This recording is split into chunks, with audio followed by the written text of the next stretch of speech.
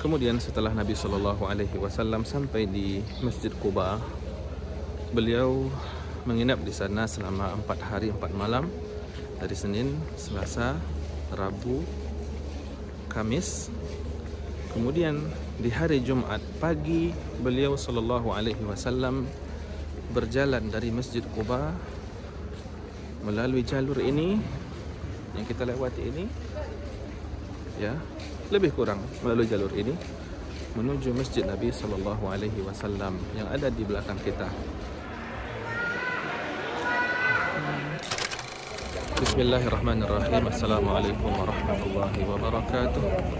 Teman-teman sekalian, semoga kita senantiasa dirahmati Allah Azza wa Jalla.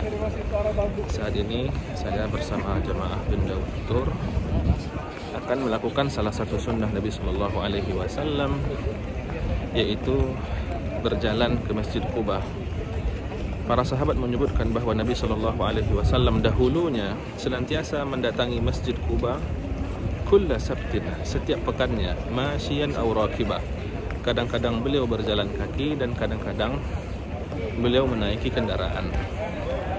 Nah, pemerintah Arab Saudi telah menyediakan jalur Darbul Musyad, yaitu jalur pejalan kaki yang khusus dibangun dari Masjid Nabawi ke Masjid Quba, dan jalur ini dibuat sedemikian rupa agar memberikan kenyamanan bagi orang yang ingin berjalan kaki ke Masjid Quba.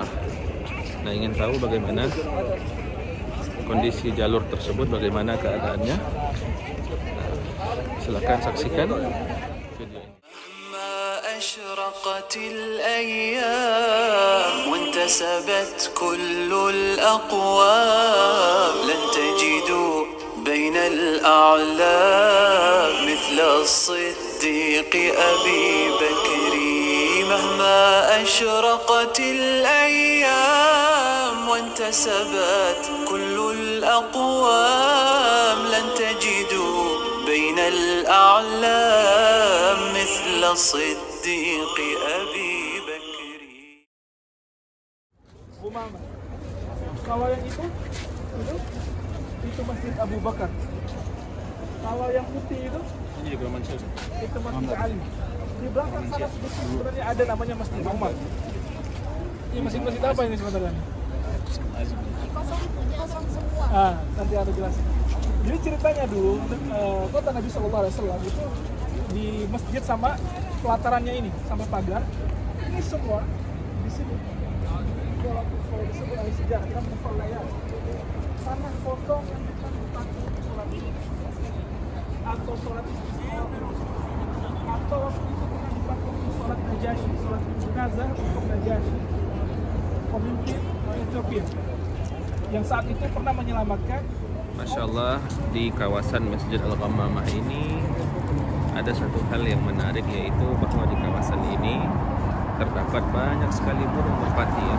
Masya Allah, para jamaah umrah biasanya membeli biji-bijian seperti jagung dan yang lainnya untuk diberikan kepada burung-burung merpati ini. Dan tentu ini adalah satu amalan yang mendatangkan pahala dari sisi Allah Azza wa Jalla, karena Nabi Shallallahu Alaihi Wasallam memang pernah mengatakan bahwa berbuat ihsan kepada kullu dzati rabbin sadaqah, yaitu berbuat baik kepada semua yang bernyawa, maka itu bernilai sedekah. Mengenai burung merpati ini ada beberapa hal yang perlu kita catat. Yang pertama, menurut Mufti Kerajaan Arab Saudi, sesuai juga dengan mazhab fikih yang berlaku di sini, maka kotoran burung merpati ini tidak najis, sehingga walaupun ini senantiasa dibersihkan, tetapi kenapa tidak sampai diketatkan bahwa tidak boleh ada yang memberi makan merpati di sekitar Masjid Nabawi? Karena memang dalam pandangan fikih mazhab yang berlaku di negara ini, kotoran burung merpati ini tidak najis, sehingga tidak menyebabkan tidak sahnya salat seseorang. Kemudian hal yang kedua, di tanah haram Mekah dan Madinah, maka tanah haram adalah tanah yang aman. kita tidak boleh membuat takut makhluk apapun termasuk burung merpati ini. Maka tidak dianjurkan kepada siapapun untuk mengusir burung ini sehingga mereka hanya untuk sekedar berfoto dan selfie. Kita sengaja membuatnya terbang dengan mengejarnya dan sebagainya. Adapun sekedar jalan, maka mereka tidak akan ketakutan. Burung ini pun akan turut berjalan dengan kita dan itu sama sekali tidak mengganggu mereka, insyaallah. Bismillah. Jamaah bin Daud Tour grup 7 Januari sudah berjalan dari Masjid Al-Ghammamah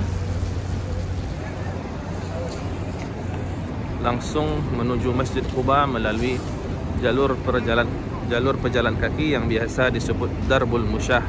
Mudah-mudahan kita sampai ke Masjid Quba dengan aman dan selamat biiznillah.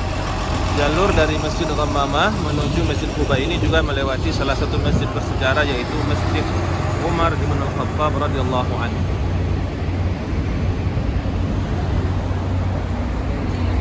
Alhamdulillah, jalur pejalan kaki ini memang telah didesain sedemikian rupa sehingga tidak menyeberangi jalan raya yang bisa membahayakan keselamatan para jamaah umrah. Kita lewat dari bawah flyover ini, ya, dan di sini tidak boleh lewat kendaraan mobil, ya. Sehingga insya Allah jalur ini sangat aman bagi para pejalan kaki.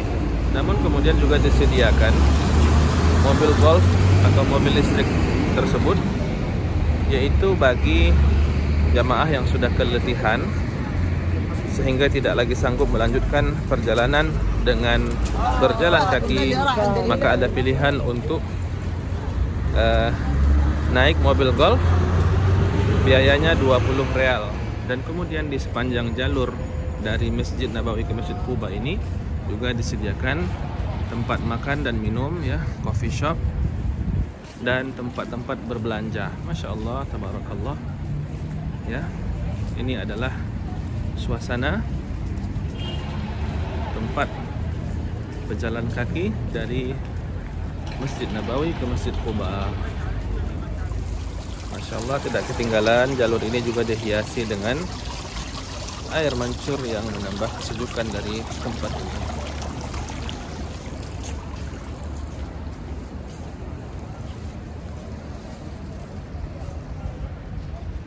Nah, kemudian di jalur ini juga ada satu bangunan yang dihiasi dengan sebuah kaligrafi bergaya kufi, ya. Ini, Masya Allah, tabarakallah. Coba teman-teman sekalian, apakah bisa membaca tulisan ini, kaligrafi ini, ya. Ini adalah ayat dalam surah Al-Baqarah, yaitu ayat kursi, ya. Allahu la ilaha illa huwal hayyul qayyum la ta'khudhuhu sinatun wa la nawm lahu ma fis samawati wa ma fil ard, sampai ke akhir ayat. Masya Allah, tabarakallah. Dan juga ada penunjuk jalan, ya. Ada di sini disebutkan arah menuju Masjid Quba, Masjid Al-Jumu'ah dan tempat-tempat lainnya. Bismillahirrahmanirrahim. Alhamdulillah wassalatu wassalamu ala Rasulillah wa ala alihi wa sahbihi wa man ihtada bihudah. Teman-teman sekalian yang semoga senantiasa dirahmati Allah Azza wa Jal, berbicara sedikit tentang kisah dan sejarah jalur ini. Selain bahwa jalur ini disebutkan oleh para sahabat adalah jalur yang senantiasa dilewati oleh Nabi SAW setiap pekannya untuk mengunjungi Masjid Quba, maka jalur ini juga adalah jalur Nabi SAW ketika datang pertama kali ke kota Madinah.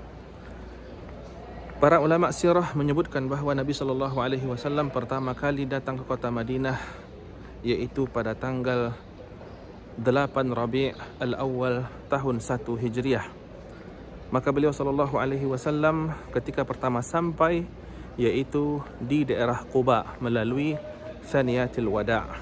Kemudian para penduduk Madinah sejak mendengar berita hijrahnya Nabi SAW, di mana beliau sudah keluar dari kota Mekah sejak tanggal 27 Safar, kemudian bersembunyi atau menghilangkan jejak terlebih dahulu selama 3 malam di Gua Thur, dan berjalan selama 8 hari 8 malam untuk sampai ke daerah Quba, maka penduduk Madinah setiap harinya menantikan kedatangan Nabi SAW, dan mereka tidak pulang ke rumahnya. Artinya mereka menunggu di daerah Quba, menunggu kedatangan Nabi SAW, dan tidaklah mereka pulang ke rumahnya kecuali karena teriknya matahari. Kemudian tepat pada tanggal 8 Rabi'ul Awal, hari Senin, Nabi SAW tiba di kota Madinah di kawasan Quba, ya. Penduduk Madinah menyambutnya dengan penuh sukacita. Anas bin Malik radhiyallahu anhu menceritakan, ketika itu beliau berumur 10 tahun di hari kedatangan Nabi SAW di kota Madinah. Maka dia mengatakan, "Ma ra'aitu yawman qat kana adwa min yawmi qadima alaina Rasulullah sallallahu alaihi wasallam." Tidak ada hari dalam hidupku yang pernah kulihat yang lebih terang, yang lebih bahagia daripada hari kedatangan Nabi sallallahu alaihi wasallam di kota Madinah. Dan beliau juga mengatakan, "Wa ma ra'aitu yawman kana azlam." Dan tidak ada hari bagi penduduk Madinah yang lebih kelam dibanding hari wafatnya Nabi sallallahu alaihi wasallam. Kemudian setelah Nabi sallallahu alaihi wasallam sampai di Masjid Quba, beliau menginap di sana selama 4 hari 4 malam, dari Senin, Selasa, Rabu, Kamis. Kemudian di hari Jumat pagi, beliau sallallahu alaihi wasallam berjalan dari Masjid Quba melalui jalur ini yang kita lewati ini, ya, lebih kurang melalui jalur ini menuju Masjid Nabi sallallahu alaihi wasallam yang ada di belakang kita. Kemudian Nabi sallallahu alaihi wasallam pada waktu duha di hari Jumat tersebut berjalan dari Masjid Quba menuju ke lokasi Masjid Nabawi. Di pertengahan jalan, maka ada satu kabilah yang bernama Banu Salim ibnu Auf dari kalangan Ansar.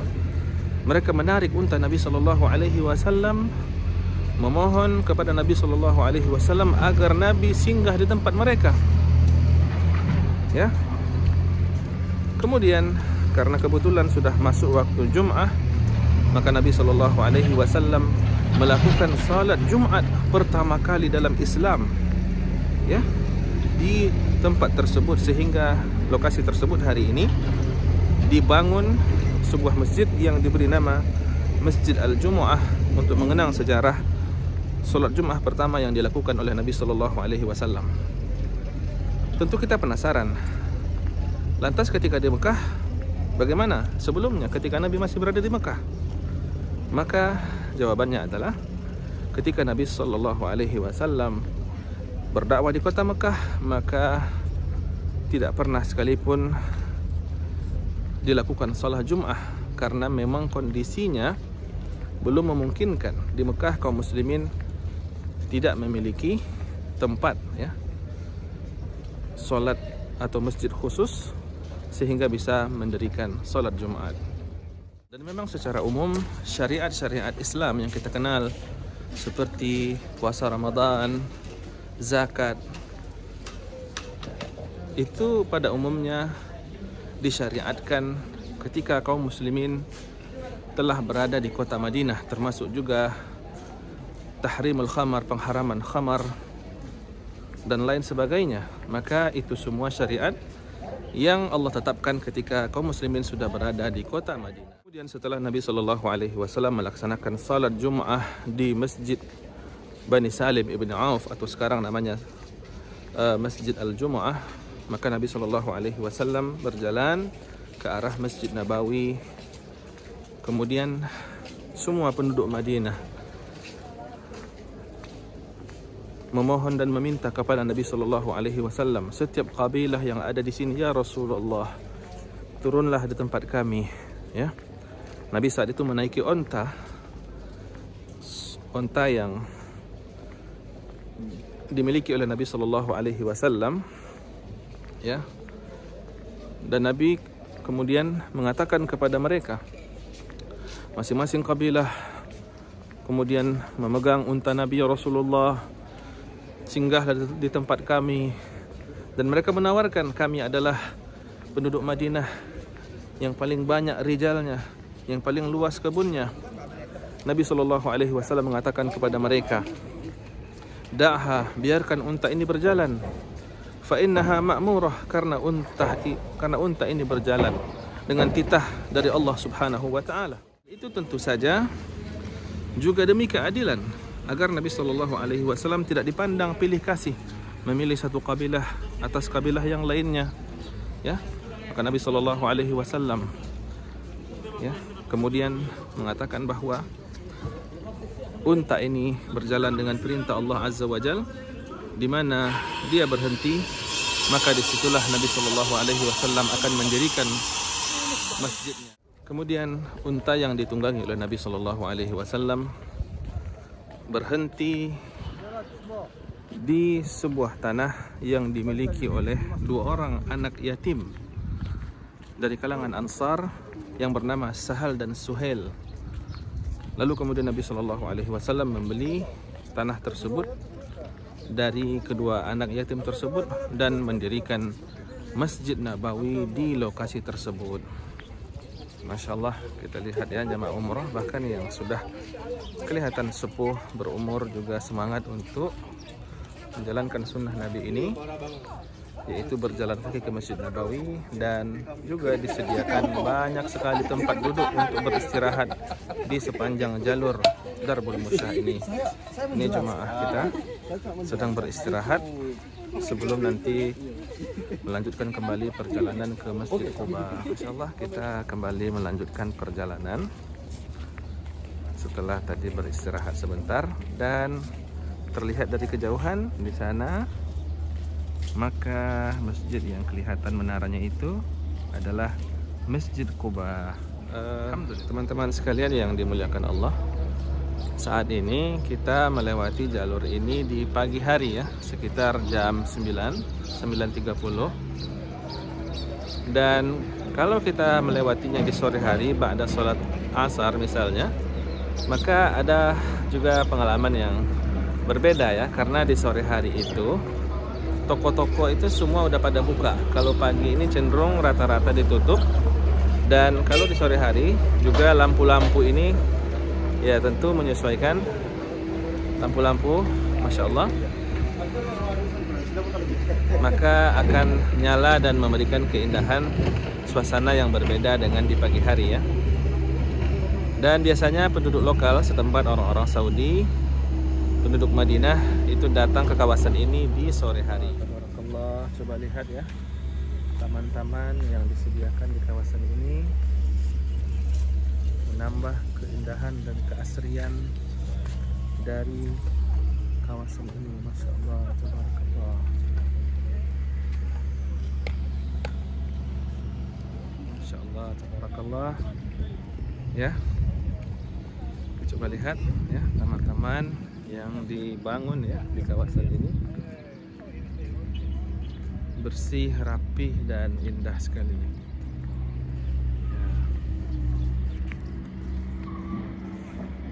Teman-teman sekalian yang dimuliakan oleh Allah Azza wa Jal, alhamdulillah kita sudah sampai di kawasan Masjid Al-Jumu'ah yang tadi sudah kita ceritakan, yang dahulunya adalah perkampungan Bani Salim ibn Auf. Maka kalau di sana itu adalah Masjid Quba, ini adalah Masjid Al-Jumu'ah. Nabi SAW berjalan dari Masjid Quba, kemudian dari Duha dan singgah di sini untuk melakukan salat Jumat pertama kali dalam Islam. Jadi Rasulullah SAW ketika keluar dari Quba setelah 10 hari yang lebih menginap di sana, jalan pakai onta sampai di daerah sini. Bani Adi bin Najjar ini, keluarga beliau dari jalur neneknya itu narik-narik, kok tinggal di kita dulu gitu. Kata Nabi SAW, dah, biarkan onta itu jalan karena onta itu diperintah sama Allah SWT. Nah, sampailah di situ di Masjid Jumat ini, berhenti di sana.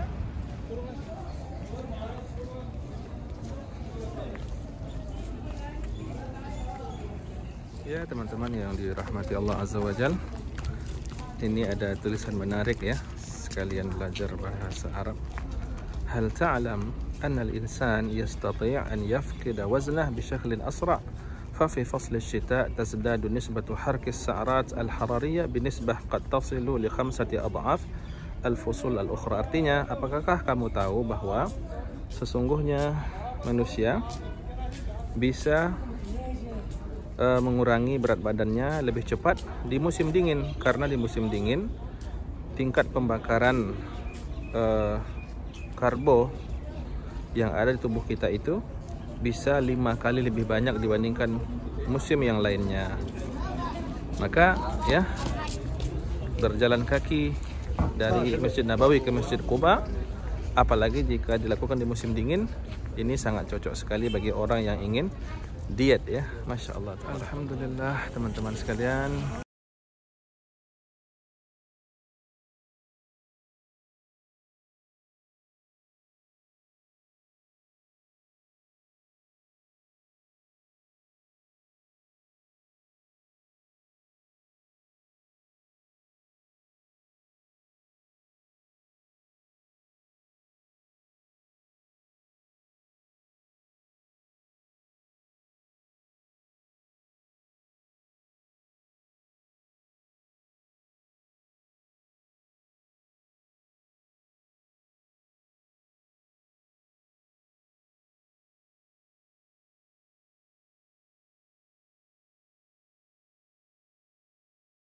إحساس مثل السحر يعجز عنه قصيد الشعر يتملكني ساعة ذكري اسم الصديق أبي بكر.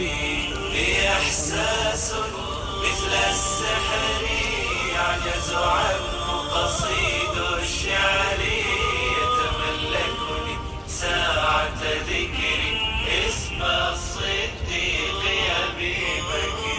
مهما أشرقت الأيام وانتسبت كل الأقوام لن تجدوا بين الأعلام مثل الصديق أبي بكر. مهما أشرقت الأيام وانتسبت كل الأقوام. Bismillahirrahmanirrahim. Assalamualaikum teman-teman sekalian yang semoga senantiasa dimuliakan Allah Azza wa Jalla. Alhamdulillah kita sudah sampai di Masjid Quba ya. Masjid Quba ini adalah masjid nomor 4 paling penting dan paling mulia dalam pandangan umat Islam ya. Banyak masjid bersejarah di Madinah, di Mekah, di Taif dan di tempat-tempat lainnya. Tetapi dalam Islam hanya ada 4 masjid yang memiliki keutamaan khusus ya, secara keutamaan beramal di dalamnya ya. Jelas yang pertama adalah Masjidil Haram, Masjid Nabawi dan Masjidil Aqsa, yang mana hanya 3 masjid ini diperbolehkan kita untuk melakukan perjalanan jauh secara sengaja ya. La tusaddur rihal illa ila 3 masajid. Tidak diperkenankan melakukan perjalanan jauh secara sengaja untuk beribadah kecuali hanya kepada 3 masjid, Al-Haram, Masjid Nabawi dan Masjid Al-Aqsa. Nah, Masjid Quba karena berada di kota yang sama dengan Masjid Nabawi, maka juga dianjurkan untuk didatangi ketika kita berada di kota Madinah yang keutamaannya adalah siapa yang bersuci dari rumahnya kemudian datang ke Masjid Quba dan salat di Masjid Quba, maka dia memperoleh pahala seperti pahala umrah ya. Maka alhamdulillah, lihat ya, ini adalah Masjid Quba yang kalau kita bersuci dari rumah kemudian mendatangi Masjid Quba dan salat 2 rakaat, maka kita akan memperoleh bismillah. Alhamdulillah keadaan di dalam Masjid Quba di pagi hari. Hari ini adalah hari Sabtu ya. Dan biasanya hari Sabtu itu cenderung lebih ramai daripada hari yang lain. Karena hari Jumat di sini libur sehingga tidak ada city tour dan bus-bus juga, perusahaan bus juga libur. Nah, sekarang jam sudah menunjukkan jam 10, maka kondisinya sudah tidak terlalu ramai karena biasanya jamaah umroh yang kesini dengan menaiki bis itu sudah jalan ke kebun kurma atau ke daerah Gunung Uhud. Bismillah, alhamdulillah, wassalatu wassalamu ala rasulillah. Ketika kita telah sampai di Masjid Quba, lantas solat apa yang kita lakukan padanya? Dalam hadis Nabi SAW disebutkan bahwa man tatahhara fi baitihi, siapa yang bersuci dari kediamannya, thumma ata Masjid Quba, dan dia datang ke Masjid Quba, fa shalla fihi salatan, lantas dia solat satu solat, kana lahu ka ajri umrah. Hadis Ibnu Majah disahihkan oleh Syekh Al-Albani rahimahullah. Maka dia solat satu solat. Para ulama, para pensyarah hadis ini menjelaskan bahwa solat tersebut boleh solat nafilah atau solat sunnah dan juga boleh solat fardu. Maka ketika seseorang datang dan kebetulan azan solat fardu, solat zuhur, asar, maghrib, isya, bahkan subuh, maka dia solat berjamaah dan dia memperoleh pahala umrah.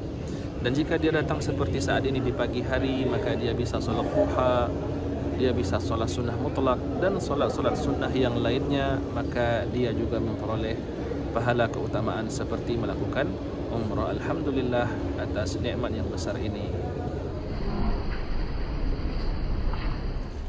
Turun di mana? Sudah ini kan? Markazi ya, nah. Pulangnya naik Uber ya. Kawasan Jabal Umar itu khususnya. Kita hotelnya jauh. Yang di Mekah? Yang di Mekah. Enggak, dekat sih. Kita dekat dari Sofwah itu nggak jauh, dari WC3. Oh ya, dekat WC3 ya? Ya. Dekat Zamzam. Alhamdulillah teman-teman sekalian, kita sudah kembali ke hotel setelah tadi melakukan sunnah Nabi SAW, berjalan di rute Darbus Sunnah ke Masjid Quba. Terima kasih yang sudah nonton. Jangan lupa like, comment, and subscribe supaya kami semakin semangat lagi bikin video tentang seputar Makkah dan Madinah.